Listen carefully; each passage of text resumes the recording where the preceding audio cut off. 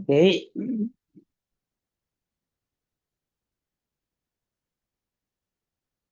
So, we are in this wonderful 13th chapter Bhagavad Gita, where Lord Krishna is teaching Arjuna of the nature of this world. The sentiency aspect called the Kshetragna and the inert aspect called the Kshetra. The same thing that he said in the 7th chapter as my Apara and Para Prakriti, that he is using the different synonymous words here. And he also said that Kshetragna is me, indicating that the Atman in me is that Bhagavan, Paramatma. So, don't have to look somewhere else in heaven or far away, that I have to realize that Atman is me, not this body. So, what is this body? That is the Kshetram, formed of the 24 various factors that we all saw. And then he talked about the Gnanam. Gnanam indicating that the various qualities that we should practice and imbibe in them as virtues, so that with a purified heart, when you study the scriptures like Bhagavad Gita and Upanishads, that you will experience that Atman. So only a person who has converted the values into virtues can convert the intellectual gnanam into a personal experience of Aham Brahmasmi. And then Bhagavan also beautifully started talking from the 13th to the 18th chapter of the Gnayam. What is that? That we need to know. That we do not know, not something somewhere else, that it is the same Atman, that in my own heart, that I need to know that Aham Asmi and what is its nature. Let me go back to that verse.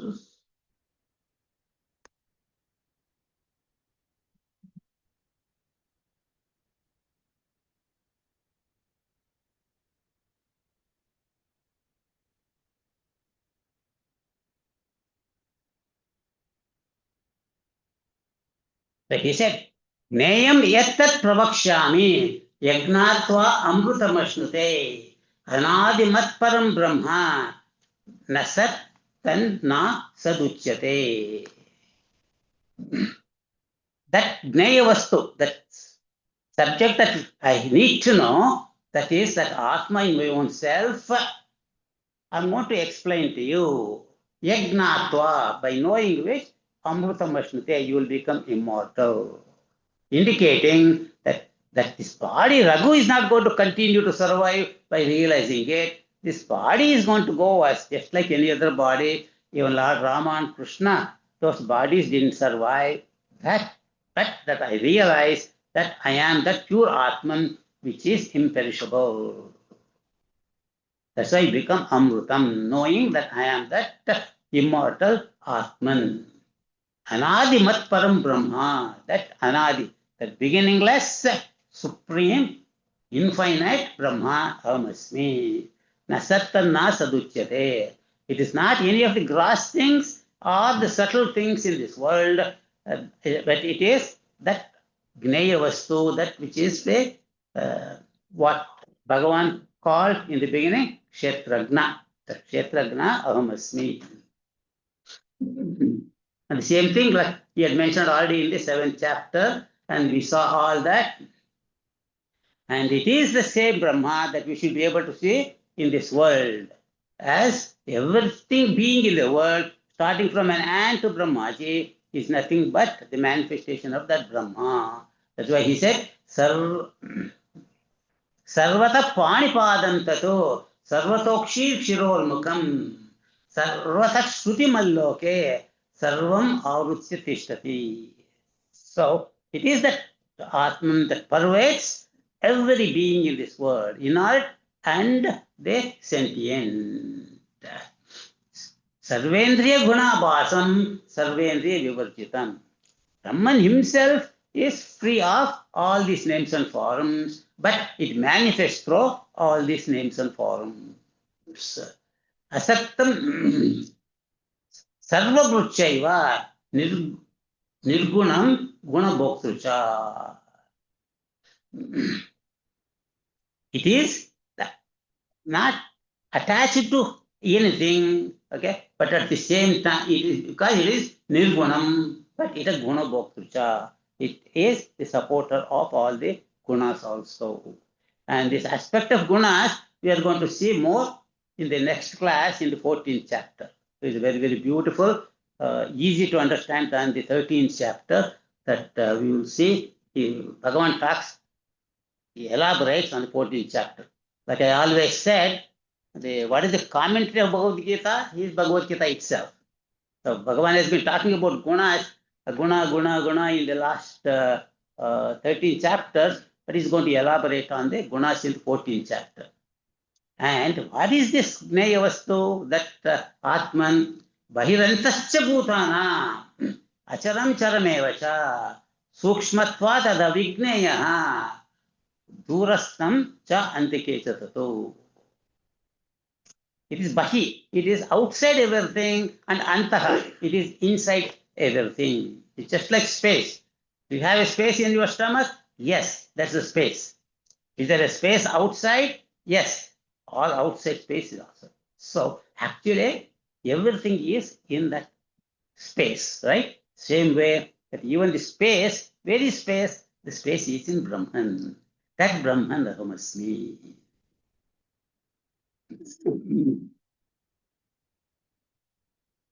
Why? It cannot be perceived. It is sukshmatva. It is extremely subtle. Can you see your own mind? Cannot see. You imply it by being able to think and have emotions and thoughts. I said, oh, I also have this mind and intellect. The same way that it is that sentiency that is making my mind have emotions, making my intellect think, and making my organs of action, organs of sense active, and the body active, and it is that pure Atman Ahamasmi, not this inert body, mind, and the intellect. So if you are ignorant, then you think, oh, where is Brahman, Ishvara? It is always far away in Vaikuntha or Kailash. But if you realize it, it is as close as me, Ahamasmi. Avibhaktam cha bhuteshu, vibhaktam iva cha sthitam, bhuta bhartru cha tagneyam, krasishnur prabha vishnu cha. It appears as though it is divided among beings. Okay. Oh, there is Atman there, Atman there, Atman there, Atman there. No, it is Atman is pervading all. It appears as though it is divided. Bhuta Bhartrucha. It is the supporter or nourisher of all the jiva. That is the gnayam. That is the thing that needs to be known. Grasishnu. It is the destroyer of everything. And Prabha Vishnu. It is creator of everything. It is that Ishvara, through the power of Maya, that creates, sustains, and destroys all this world.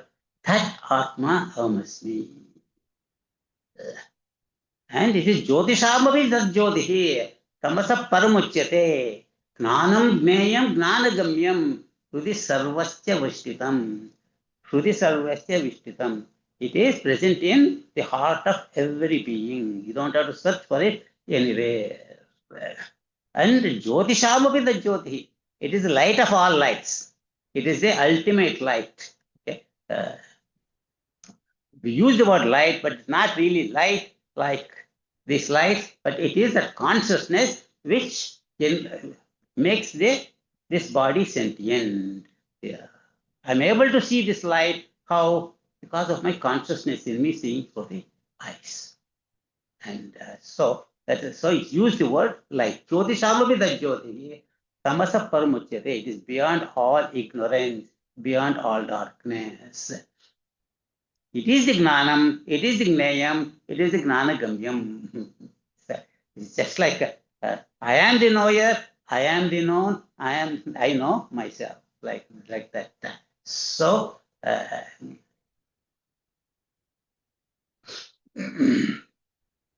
इति क्षेत्रं तथा ज्ञानं ज्ञेयं चोक्तं समासतः मद्भक्त एतद्विज्ञाय मद्भावा योपपद्यते.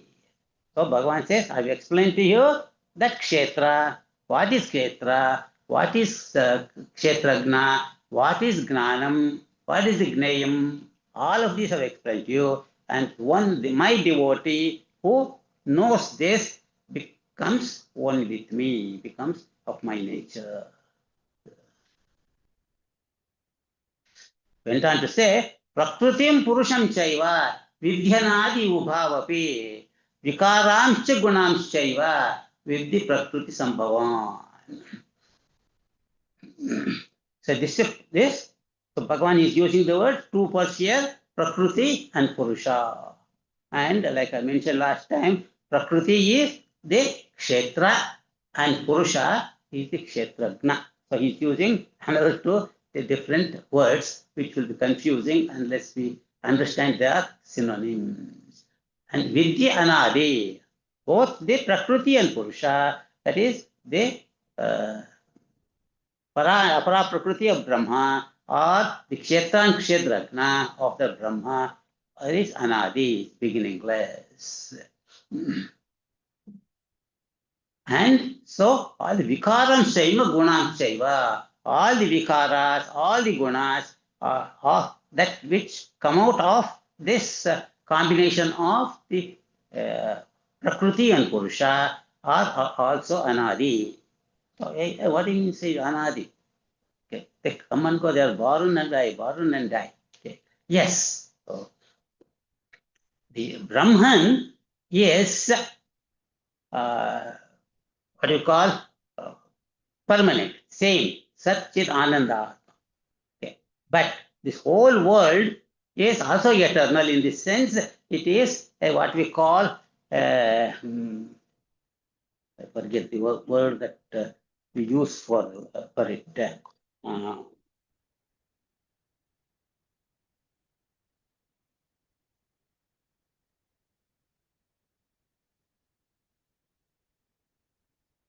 Forgot. It's always present in the sense, constantly changing, but it doesn't go away. It gets created, it gets destroyed, and it gets created, get destroyed. It's just like a jiva, it's a constantly changing reality. Okay, it's a relative reality. And so, like that, Brahman is the eternal reality, and the other Prakriti world, that world is the what we call changing reality. And all these vikaras that we see in this world are all nothing but combination, manifestation of the Prakriti. And went on to say, Karya Karana Kartutve Hetu Prakriti Uchyate.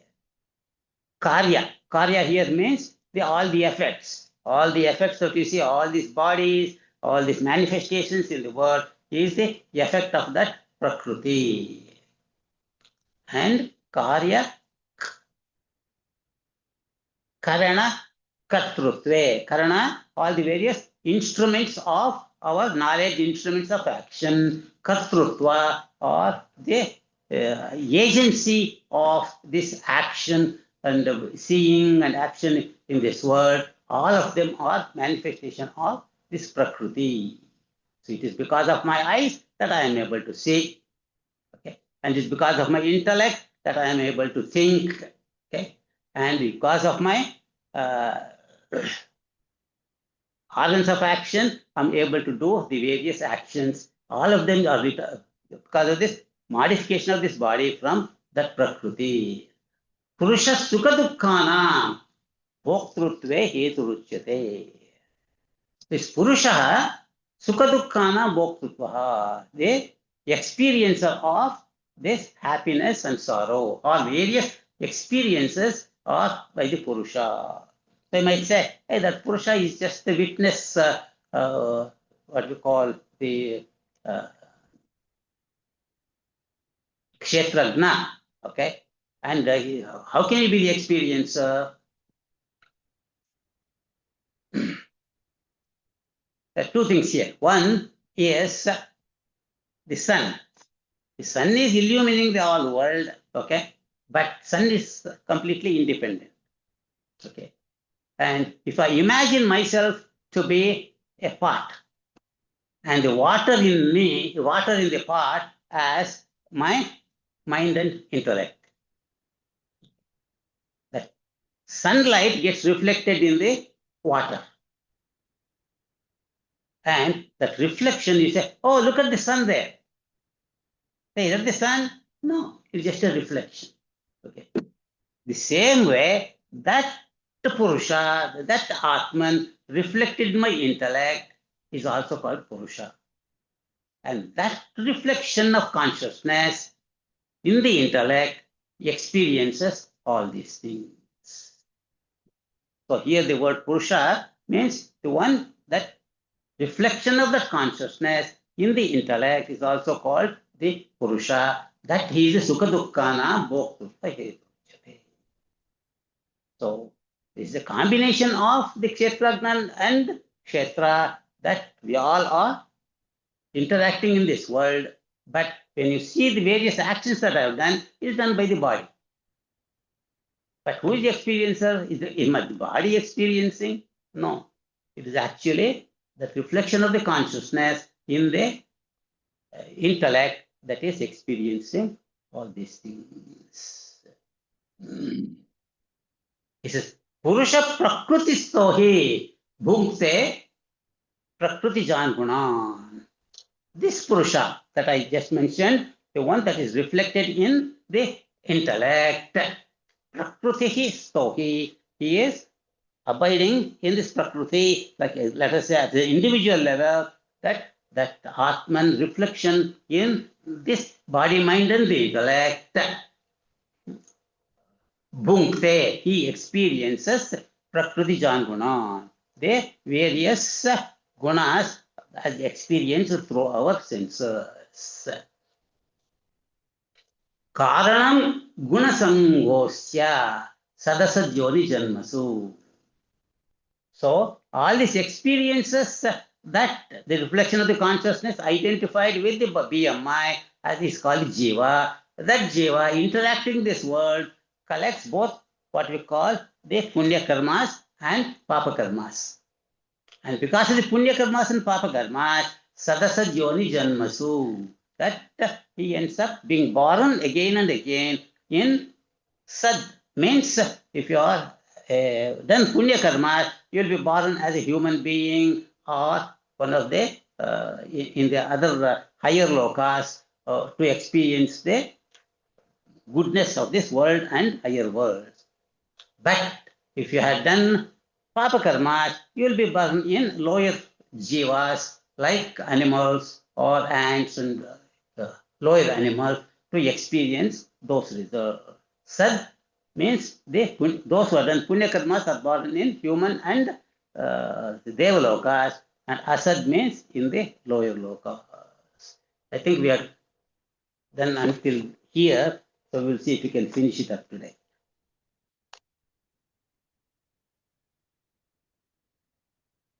So we will go to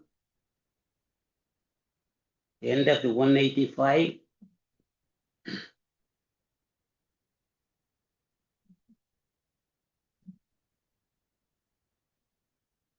We'll start with Jivatma.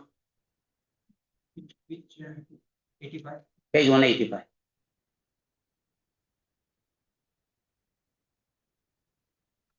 I think that's where somewhere we had entered. The Jivatma in an individual's body is a manifestation of the Paramatma. The former seems to be affected and conditioned by the good and evil actions performed by the body, whereas the later Paramatma stands unperturbed and untouched. Correctly speaking, the Jivatma also is not at all affected by the body's experiences. is just an onlooker, but due to its identification with the Prakriti, it comes to experience the imperfection of the matter clothing around it. The one who knows the Kshetra with all its modification, its exact relationship with the individual soul Jivatma, has also a relationship between the individual soul Jivatman and the Supreme Soul Paramatman, knows everything that is fit to be known. This is the highest knowledge that promises immortality. Once a seeker realizes that these three are all the immutable reality, ever one with his own self, he becomes Brahman. Comment? So it's talking about the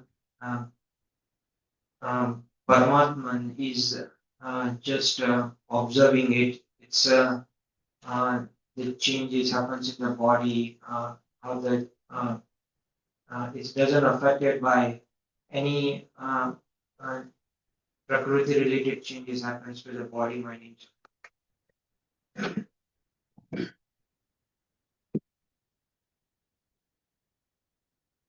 These 2, 3 slokas are hard for me to explain, but I'll do my best. Okay. The rest of the chapter is good until the 20th, and after the 25th will be okay. These 2, 3 slokas, okay. I'll do my best to explain.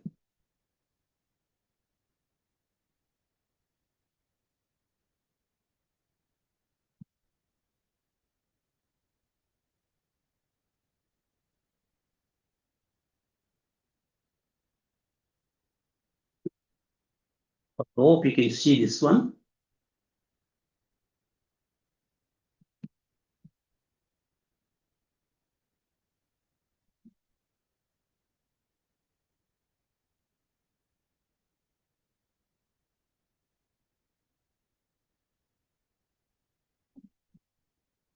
So this Ekam Sat Eva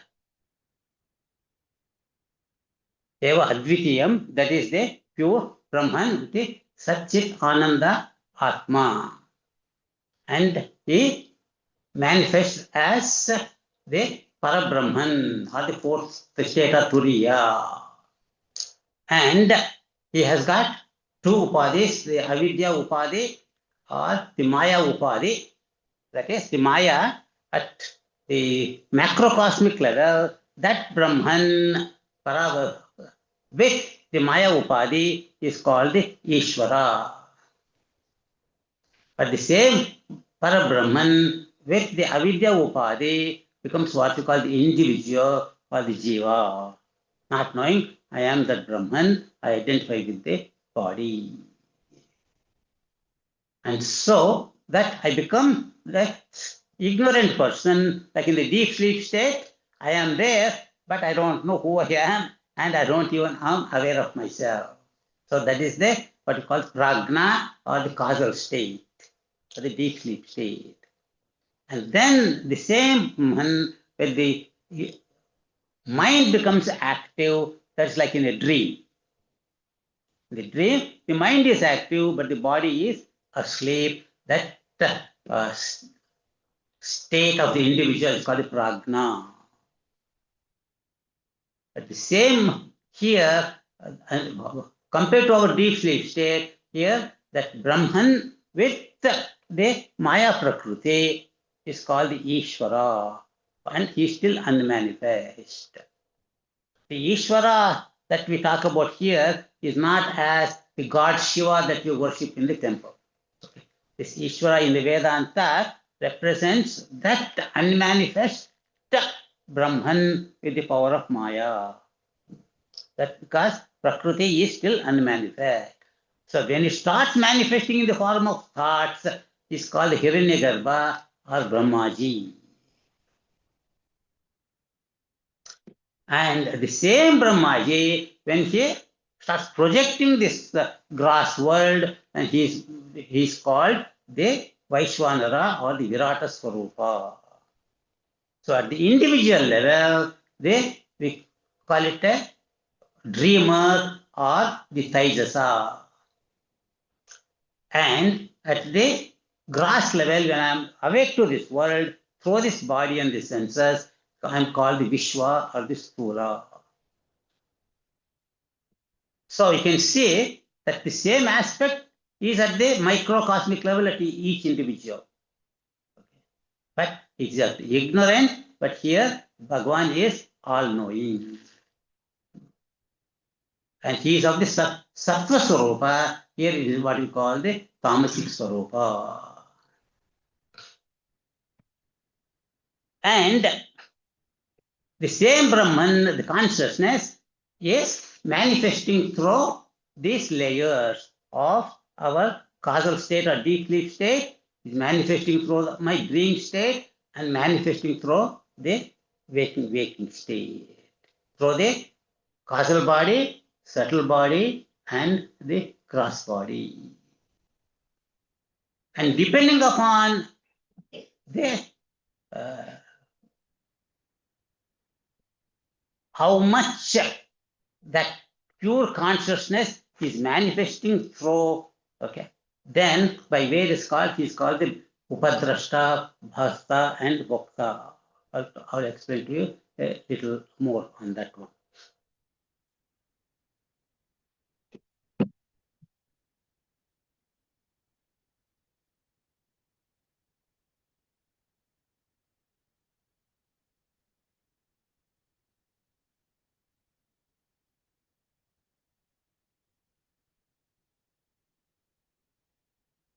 He says, Lord says, Upadrashta Anumanta cha Bharta Bhokta Maheshwaraha Paramatmedi Chapyuktaha Dehesmin Purusha Paraha.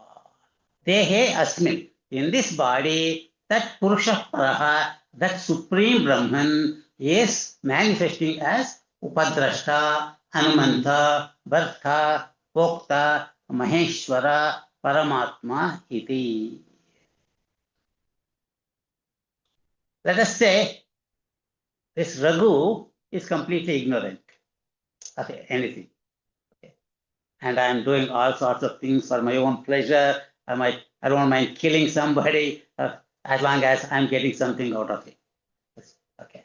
And so he has become so ignorant and so tamasic and completely selfish. So what is Brahman doing? Brahman is present even in that Sharira. Okay. But at the same time, is Brahman involved in all that? No. Brahman is completely just a witness, just like a son. If some farmer is working hard in the yard and he gives the sunlight to help him grow the plants. But if somebody is robbing, but he is robbing in the same sunlight. Okay. So it's just a upadrashta. There is 100% tamasic person. But if I have become a little more sattvic, 20% sattvic, okay, I'm doing things for my family and all that, good things I'm doing. There, the Brahman appears as though Anumanta. That means he's permitting things for me to do things. Okay. And the same, if my sattvic qualities have gradually become more and more and more, like 40%, then the same Brahman appears as Bharta, as nourishing me and my activities in this world. And same my sattvic activities become 60%. Okay? And then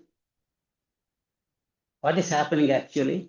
My sattva is up, and so I'm experiencing more and more happiness. That the happiness is coming from where? That from that Brahman, the Atman in me. And that Atman is manifesting through in the form of Sattva with more and more happiness and peace of mind. And if my Rajasic and Tamasic gunas almost gone, only about 20%, and 80% I am sattvic. And then what happens? That Maheshwara is manifesting us. So anything that I do is all good activities for the community. Okay.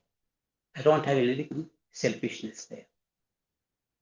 And then I'm completely 100% sattvic. Okay. This little bit of tamasic is there because the body has to sleep.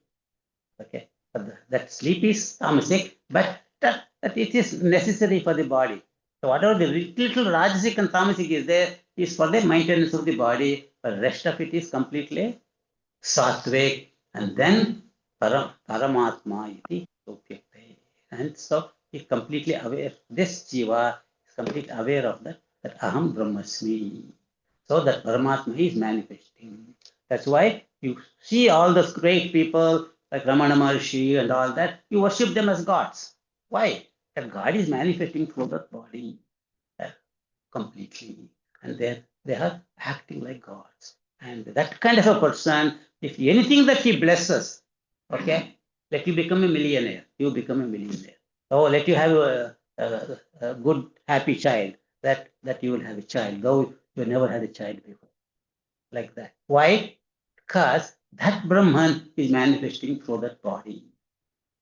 So that is the whole thing about this sloka. I hope they explained it. And he goes on to say, evam veti purusham prakrutim cha gunai saha sarvata vartamanopi nasa bhuyopi jayate. Ya evam, ya, the person, whoever, whoever, it doesn't mean you have to be a Brahmana, okay, you have to be so and so. Okay, you might be of any kind, man, woman, doesn't matter. Okay, anybody, okay. Evam veti, he knows, understand all these things.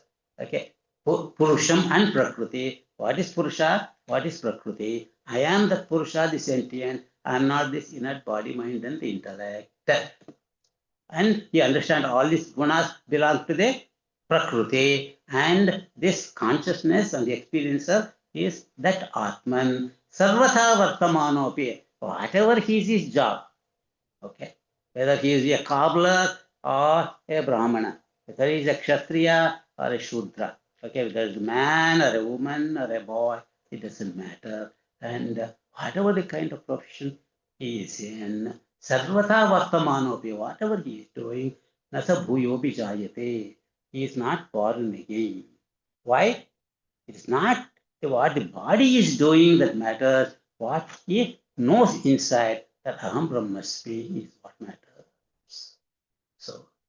So here Bhagavan is telling that all this knowledge he gave, and is practically he's showing how one can experience his real nature, that Aham Brahmasmi. So we continue on that in the next paragraph.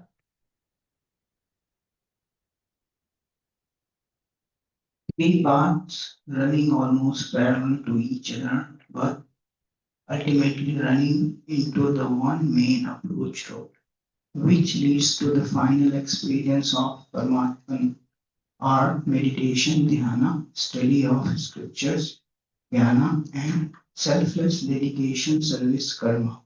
Even those who are not very clever to follow any of these three paths can also achieve the liberation of their personality from the shackles of their own false notions and stupid values, provided they fully understand the spiritual instructions taught by an able teacher guru, and they regularly worship God with devotion as per his advice. Want to comment?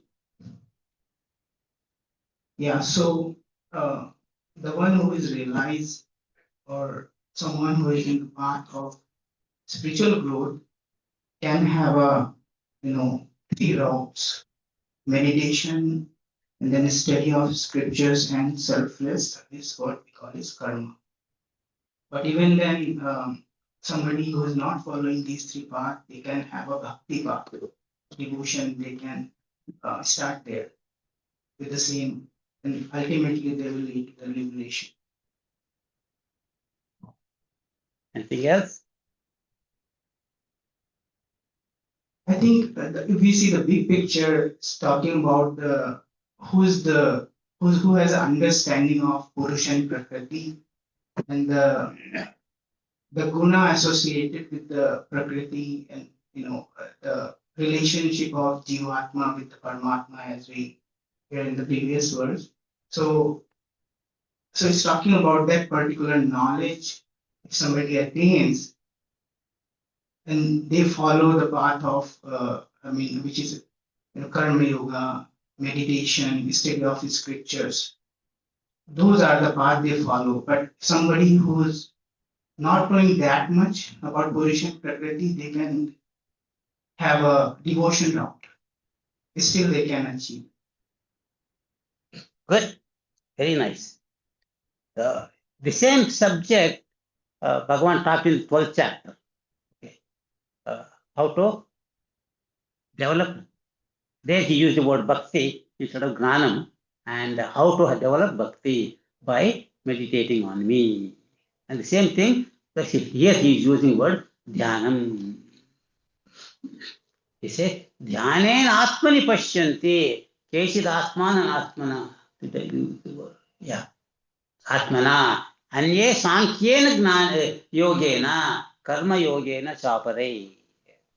He says, those who have completely developed the purity of the heart and all those things that Bhagavan talked about from the 8th to the 11th verse of the virtues that a person should have, and he has developed that all those virtues, and he has understood all this teaching that Bhagavan has given until now, until the 24th, showing that you are that Atman, you are not this Prakriti and all that. By Dhyanam, he Pashyanti, he sees in his own self that Atman, not with the eyes, but Pashyanti means with his inner eye, he experiences, hey, I am that Brahman. Kechit Atmanam Atmana. That means he's in himself that Atman. So the word Atman here, Atmana Atmanam, just like in the 6th chapter, Bhagavan talked about the same thing. What did the word say? 6th verse in the 6th chapter. Atmanye, the 6th chapter.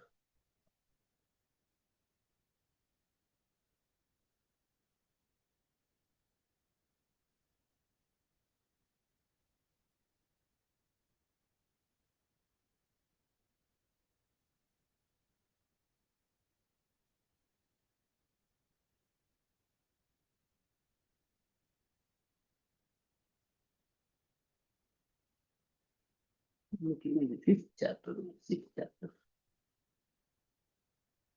That, yeah. Uddharedatman atmanam, natmanam avasadayet, he says. One should lift oneself by oneself, not let go down oneself. Atmana atman. Here, when you use the word atman, depends upon what you are identified with. Atma here means aham, that I. So, what you are referring the Atman, let me see if I have that picture.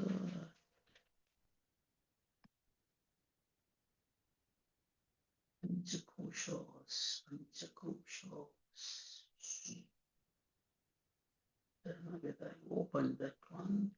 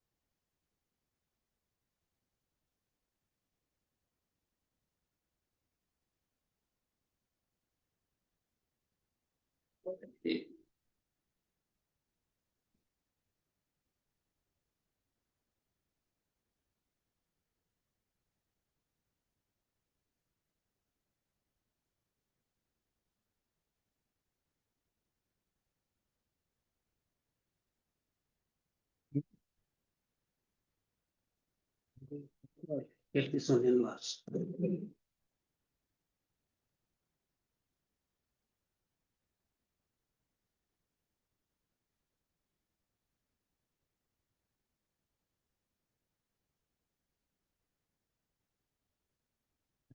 Uploaded it yesterday.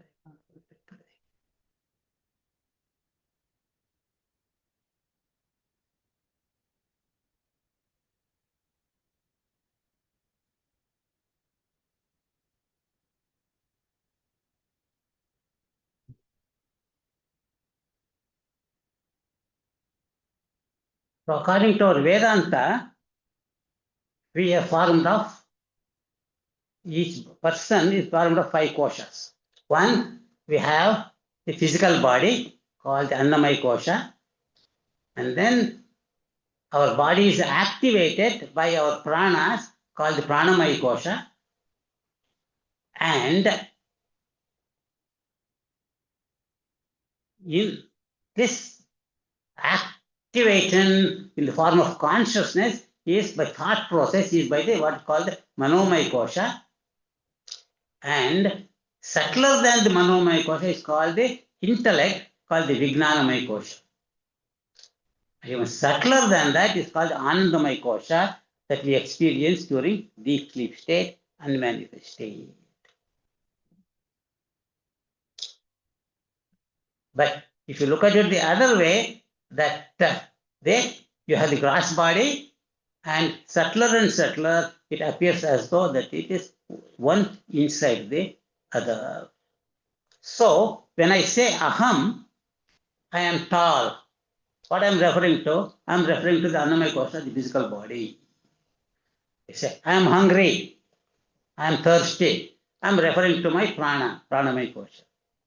Same thing. Oh, I am emotional. I am crying today. I am referring to my mind, the manomaya kosha. Okay. Oh, my mind is very sharp. I can really clearly think today.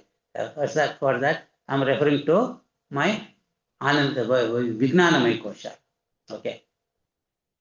Where here you can think of anything, you are just sleep. You are identified with the Anandamaya kosha. But if you go beyond all this, without an identification of this, that is pure Atman. So whenever you say Aham or Atma, depending upon what you are referring to. So here, the same thing that, probably I did not show it on the line.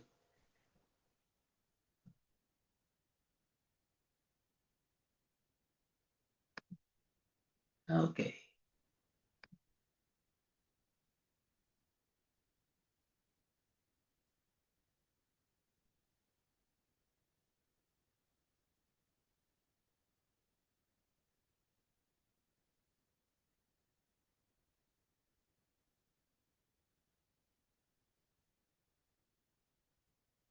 Okay.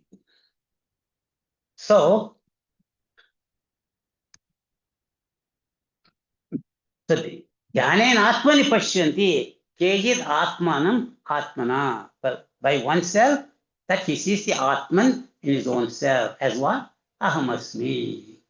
Anye Sankhena Yogena. A person who is not developed that kind of a purity of the heart, that your skin, I want to meditate, I can just go and sit and experience that pure Atman, is not done yet, and he continues to study the scriptures by doing Shravanam from the Guru, and Mananam by reflection with Satsang, and Nididhyasana by constantly contemplating on that. That is called the Sankhya Yoga or Gnana Yoga. But the person is still hasn't got that kind of a purity of the mind that he can sit and study. So that kind of a person is Karma Yoga. That he has to go and do work in the world as in the spirit of Karma Yoga, as a offering to Bhagavan, seeing doing of work for this world without any expectation of personal gains, and that way he purifies the heart. So after he purifies the heart, then he will be able to study the scriptures and go to the Guru and learn, and then you'll be able to meditate. Okay, but if I say, hey, I don't mind doing work, but all this gnana and all this dhyana and all that, I can't think of all that. So he says, Anye so evam ajanantaha, one who is not able to know this Brahman in any of these three ways, Shrutvanhebhya upasate, and he's going to learn from other person and he's going to start upasate, meditating. Meaning that I can't think of all that, I can't understand all these scriptures, but the Guru says, hey, you are the Brahman. You meditate on it. Okay? I'm giving you the name Ram, Ram, Ram, Ram. You continue to chant Ram, and then you will attain that state. So that's what the Shabari did, and Lord Rama came and gave her the Gnanam. Okay. And in the last century, there was a person in Maharashtra called Nisargadatta Maharaj. I don't know how many of you know him. Same way. He was ignorant and, had family problems and all that. And, how the BDs, he used to make BDs and sell them in a small box shop in street in Maharashtra. And he had a guru, he went to Guru and said, I am all confused. I got all these problems. What can I do? He said, hey, all these problems are there, but you are not this body. You are the Brahman. Go and meditate on it. That's all he had to do. And whatever the blessing Guru they gave, he constantly meditated on that, continued to work, and he became a realized person. He became such a famous realized person, even the Western people started attending his satsang from. So like that, you don't have to be extremely intelligent, okay? You don't have to do all this karma yoga and all that. But if you have that kind of a faith in the Guru and you follow the instructions of the Guru, and you will achieve the state. Anyetu evam ajanantaha shruttabhyena upasate tepi cha ati antareva mrutyum shruti parayanaha. At the end, they also cross over this samsara of birth and death. And so, you can see within those two slokas, the Lord Krishna is telling everybody is eligible to this knowledge. Whether it is Brahmana, Vaishya, Kshatriya, Shudra, they're extremely intelligent or we are dull. Okay, you can attain this knowledge in this life itself. And so actually, if you are extremely intellectual, it's extremely difficult for you because you start questioning everything. You don't have that much faith in the Guru. Okay, and so it's extremely important that you have that kind of humility. So when you are ignorant, then you say, yes, I am ignorant, please teach me. But if you are extremely intelligent, you say, how can it be? You teach me. When you are acting like that, nobody can teach you. Okay, so we'll continue and see if we can finish today.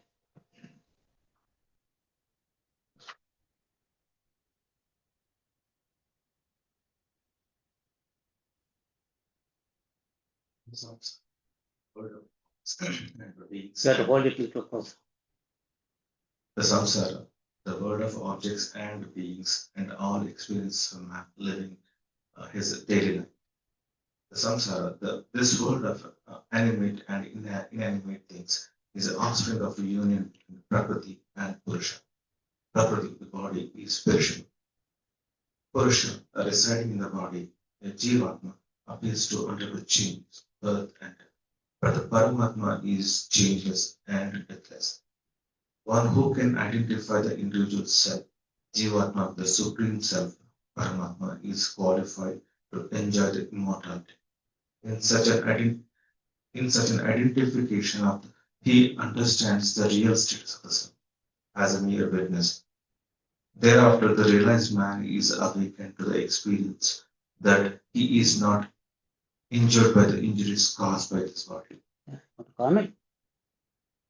Yeah, here it's explaining the difference how samsara, the world of objects, and the jiva, which is trying to differentiate between jiva and the paramatma, and the prakriti, the body is perishable, but jivatma is kind of undergoes changes. But paramatma will never is changeless. And once an individual who realizes that uh, he is the part of the Paramatma, then he witnesses the changes, but it won't affect. Very nice.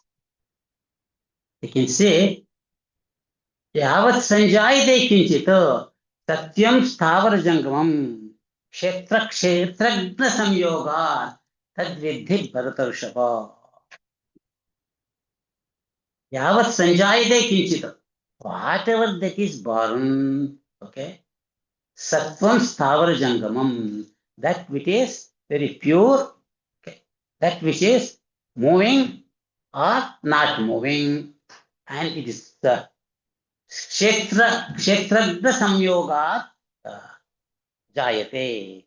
It is born out of the combination of the Kshetra and Kshetragna. That Vidhi Bharatarshava. Oh, Bharatarshava, oh Arjuna, know that one. समं सर्वेषु भूतेषु तिष्ठन्तं परमेश्वरं विनश्यत्सु अविनश्यत्सं यः पश्यति स पश्यति. The one who sees that Jivatma, okay, in every being equally present, okay, that Parameshwaram. Vinashyatsu vinashyantvam, that in all these perishable bodies, that imperishable Atman is present. Yat pashyati sa pashyati, that person really sees. So if I look at you as just an individual, yes, it's perishable. Okay. But a realized person is able to see in and through all that the same Atman that is present, which is imperishable. That person is the one who really sees. And so, for me, it is theory, but for a realized person, it is real. And he sees the same thing. That's why, like Satya Sai Baba, I used to call everybody when I give the Satya Swarupalara. Oh, people of the nature of the pure Atman, of the Satya Swarupa. Like that. You are not, as some people some call it, oh, we are all from Papa Yonis. No. Okay. It depends upon what you are referring to. Okay. Referring to the body, yes. But I am not the body. I am that Atman, which is of Satya Swarupa. Samam Pashyadi Bhuteshu. And here,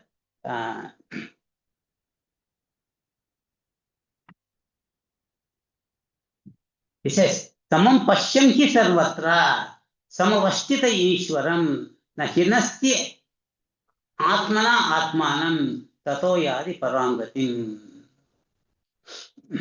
So that's the Atman, okay, who is present in all the beings equally. Okay. Samam Pashyati Ishwaram, Na Hinaste Atmana Atmanam. He does not criticize or downgrade any person. And that person, he goes into the supreme state, Paramgati, the supreme state of attaining that Atman. It says, one who is identified the individual Jivatma with the supreme self, Paramatma, is qualified to enjoy immortality. Meaning that Atman may I am that Paramatman. I am not this identified with this body, mind, and the intellect. Right now, I am getting to the body, mind, intellect. Though theoretically I understand, I start right after the class, I still behave like a Raghu. Okay. But the realized person is always abiding in that knowledge. I am Brahmasmi. Just like I'm identified with and say, oh, Raghu, as somebody says Raghu, suddenly I turn. But it's this one completely Brahman. Okay. And always identified with that Brahman. He is qualified to enjoy immortality. In such an identification, he understands the real status of the self as a mere witness. So that's the reason if you go on, like as somebody happened to Ramana Maharshi, that somebody went and his what you call little guha and wanted to steal some money. And there was no money. And so those two robbers got mad and beat him up. Okay, and went. And then the next day, some people came and police came and started asking him while the doctor was taking care of his injuries. So he said, who is the one who did it for you? And police asked, he said, the same hand which are bandaging my hands, the same hands did it. Injured me. So for him, the robbers, the doctor, they were all the same. Like that. So he sees the same Atman in everything. And so they don't have any ups and downs. If somebody calls you an idiot, yes, I'm an idiot. If somebody calls you, you're a God, okay, I'm God. For them, the ups and downs of life really don't mean anything. And so that is beautiful nature. Because he's identified with Atman. Okay. So as somebody, like some lady, kept on criticizing this person. Okay. So this somebody went to her and said, hey, you know what he's telling? He said, oh, all this lady is criticizing. I told him that. He said, no, she's not criticizing me. So this lady got so upset again, come to him and said, it is you, I'm telling you all these things. He said, yes, you're talking about the body, you're not talking about me, Atman. That lady wouldn't understand. So like that, in such an identification, you understand the real status of the self as a mere witness. Thereafter, the realized man is awakened to the experience that he is not injured by injuries caused to his body. Why? He always identified with the body. That's why Ramana Maharshi, when he had what do you call, a cancer of the arm, the doctor wanted to take a biopsy, and he said, you want to? Okay, go and do it. Yes.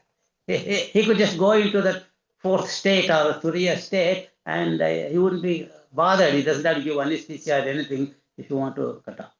So, like that. So they are beyond all that status. So just like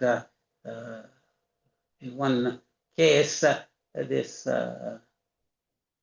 realized man was completely aware in his own consciousness. He was walking, and apparently he went through a river where the king was all playing with his queens, ladies, and he got so mad that this man has come in the middle, and so the king said something to him, but this man kept on walking. He got so mad, he took his sword and cut off his arm. But that man kept on walking because he was not aware of the body. Like that. So at that state, you are not identified with this body. Let's see if we can finish. Next three paragraphs. All his actions are performed by the Prakriti only. One who understands that Prakriti alone is active, and that Purusha, the self, as inactive, and is a mere onlooker, he understands the truth. Self, the source of all pervading, is one without a second, but appears as many when manifested unto its manifold forms.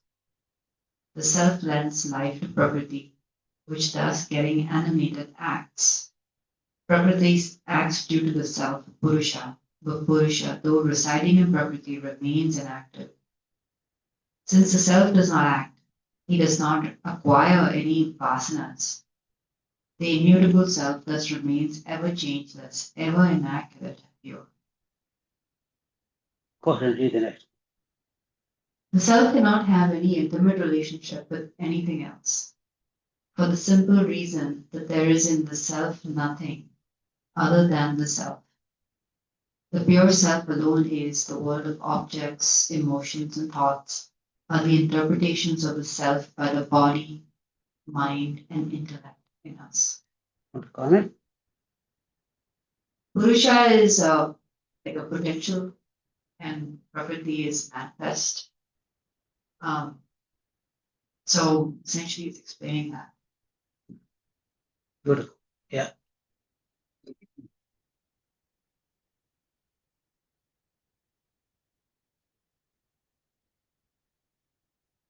Krishna says, Prakriti eva cha karmani kriyamanani sarvashaha yah pashyati tatatmanam akartaram sa pashyati. So it's just the body, mind, and the intellect are interacting in the world. So the Prakriti, individual Prakriti, is interacting with the macrocosmic Prakriti. All the actions are done by this body, mind, the intellect. So, yah pashe tata atmanam akartaram. One who says that Atma is akarta, that I am just the witness, I am just the illuminator. Witness in the sense, not the witness in the sense of, oh, I witness. No, it is just the illuminator of all these things. I am really not actor. I am not at all attached to it. I don't have any desire for anything. All these actions are done in here. Okay, that he really sees. He says, Yadha pruthak bhavam ekastam anupashyate tata eva cha vistaram brahma sampadhyate tada. Yadha pruthak bhavam. All these bhutas, all these jivas, okay, when he sees ekastam anupashyati, that one Brahma is present in everything, and tata eva cha vistaram Brahma sampadhyate tada. That person becomes Brahman, that becomes eligible to be that Brahman. Because he sees the same Brahman in everything. All these names and forms are just an illusion, just like a snake in a rope. In the dark, you see like a snake, but is it a really snake? When you put the light on, you see, oh, it was just a rope. Same way, when you are ignorant, you think all these names and forms are real, but if you get enlightened, you will see that pure Brahman everywhere. And what is the nature of that Brahman? Anaditva nirgunatvat paramatma ayam avyayah sharirastopi kaunteya nakaroti na lipyate. Anaditvat, it is beginningless. Nirgunatvat, it has no gunas.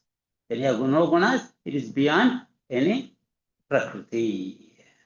Paramatma avyayah.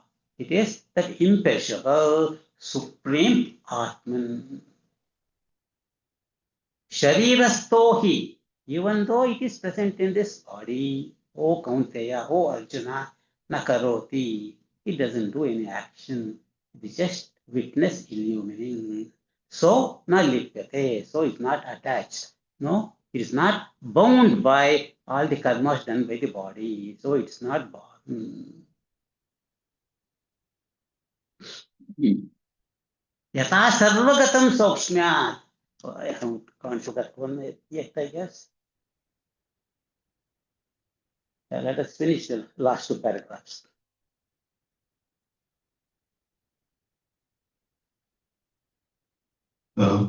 Yeah. The self is like all pervading space, which is ever in contact with objects and yet is not contaminated by those things, just as the sun illumines the entire world of objects. So also does the self illumine all perceptions and all experiences. As consciousness in us, it is the self that illumines all our experiences. The vision of wisdom will enable one to distinguish between the kshetra and kshetrajna, the prakriti and purusha, and understanding helps one to liberate oneself from the shackles of prakriti and reach to realize the supreme state of Paramatman. Amen. Yeah, I mean, it's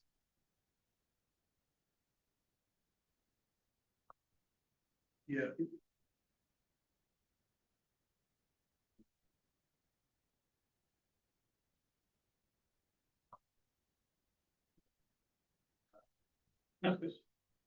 Go ahead and say it. Yeah, I mean, this is basically it's a continuation of the same process of distinguishing between the Paramatman and the universal soul. So long as the soul is to realize connection between the consciousness and himself, then he will be happy or she will feel liberated.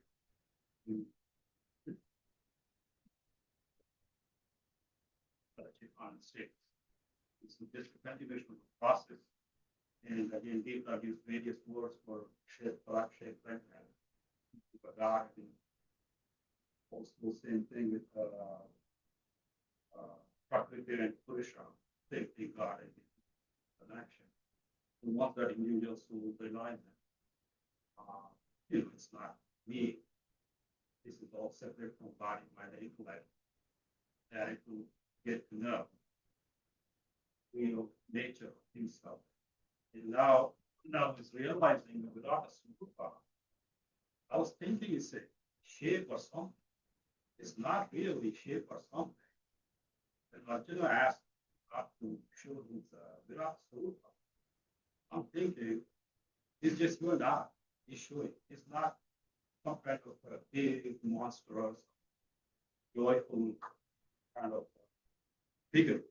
Yeah, we'll discuss that afterwards.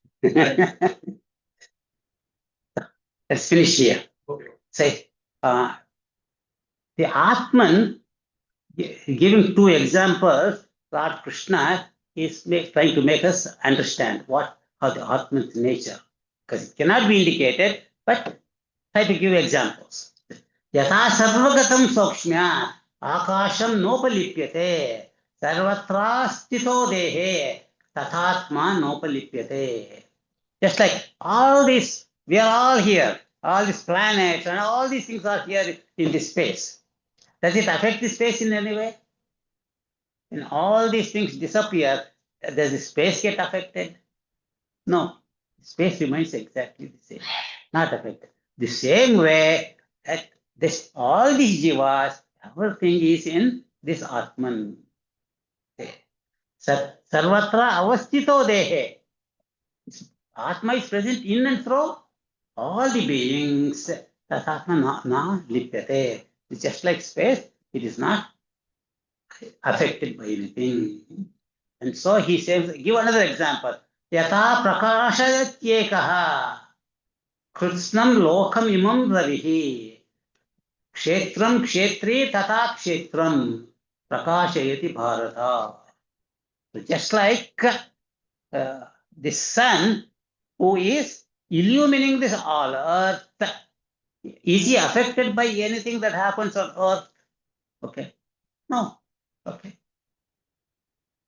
He illumines the whole, all the planets and everything, but he is not affected by anything that happens here. Whether the earth is present or not, it continues to shine. That same way, kshetra, the whole kshetra, what is happening, it doesn't affect the kshetri, the Brahman, tata kshetram prakashayati bharata. So that kshetragna illumines the kshetram but is not affected. And this kshetracha preknayor evam antaram gnana chakshusha bhuta prakriti mokshancha ye vidur yanti te param.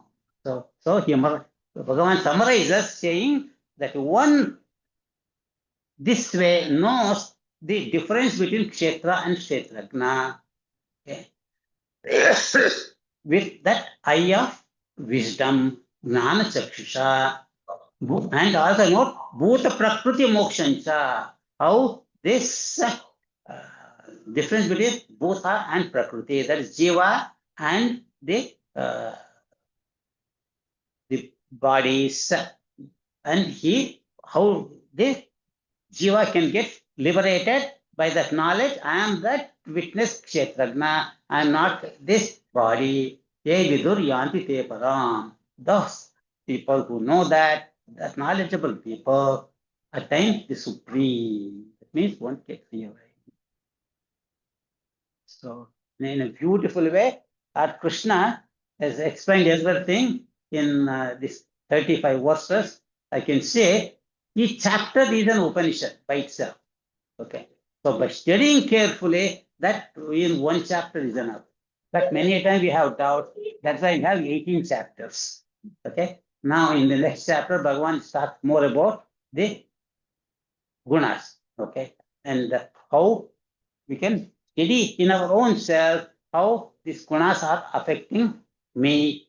Okay. And how I can change from if I have tamasic quality to rajas, from rajasic quality to sattva, and purify that sattva to pure sattva, and realize that Atman. So we'll see that in the next class. Probably we won't have one in the next week. I think that we will have that various festival, and we will do it in the following. Okay.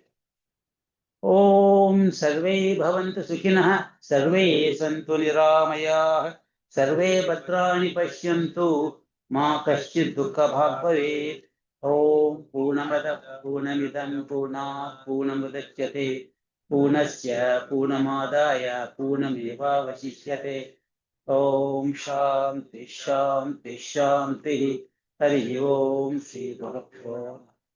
Hari Om. Thank you all. Thank you, Raghuji. Thank you, Raghuji. Hari Om, Raghuji. I joined a little late, but it was good that you summarized it. Yeah, I got it. Thank you, Vishwa. Hari Om. Hari Om. Thank you. You lost it. Thanks. Thanks, Andy. Oh, I forgot. You're supposed to sign up for next week's for the Annakut. If anybody wants to do that, please do sign up in that sheet, please. Thanks, Andy. Hari Om, Andy. Hari Om. Hari Om.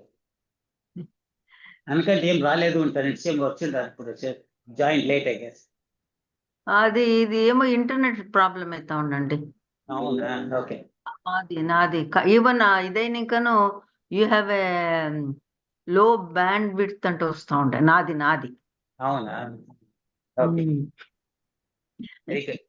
నమస్కారం thanks అండి నమస్కారం అండి